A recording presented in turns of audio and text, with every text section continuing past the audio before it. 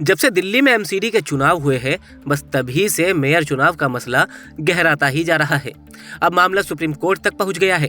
आम आदमी पार्टी की मेयर पद की उम्मीदवार शेली ओबरॉय ने सुप्रीम कोर्ट का दरवाजा खटखटाया है। उन्होंने अदालत से समयबद्ध तरीके से मेयर का चुनाव कराने के आदेश देने की मांग की है, जिसके बाद सुप्रीम कोर्ट भी सुनवाई के लिए तैयार हो गया है।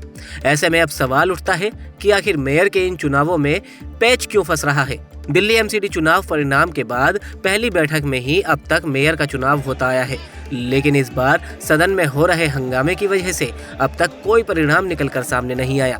सदन की पहली बैठक में प्रोटेम स्पीकर सत्या शर्मा ने निर्वाचित सदस्यों से पहले 10 मनोनीत सदस्यों को शपथ के लिए बुला लिया।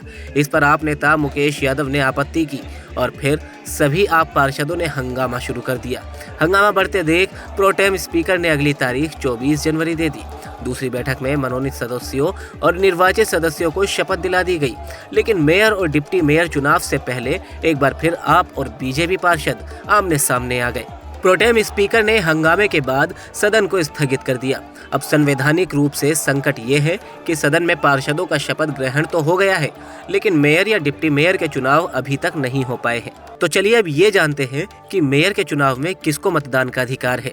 दिल्ली एमसीडी चुनाव में 274 लोग वोट कर सकते हैं। इसमें 250 निर्वाचित पार्षद हैं, 7 लोकसभा सांसद और 3 राज्यसभा के सांसद और दिल्ली की ओर से मनोनीत 14 विधायक मतदान करेंगे। चुनाव के लिए दिल्ली विधानसभा अध्यक्ष की ओर से आम आदमी पार्टी के 13 और बीजेपी के 1 विधायक को नामित किया गया है। महिला आरक्षित सीट पर चुनाव के लिए ईस्ट पटेल नगर वार्ड की पार्षद शेली ओबरॉय को उम्मीदवार बनाया गया है, तो वहीं बीजेपी ने शालीमार बाग गार्डन की पार्षद रेखा गुप्ता को उम्मीदवार बनाया है।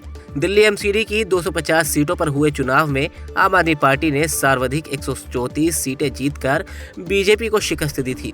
चुनाव में बीजेपी 104 सीटें जीती थी और कांग्रेस 9 सीटों पर कब्जा कर पाई थी।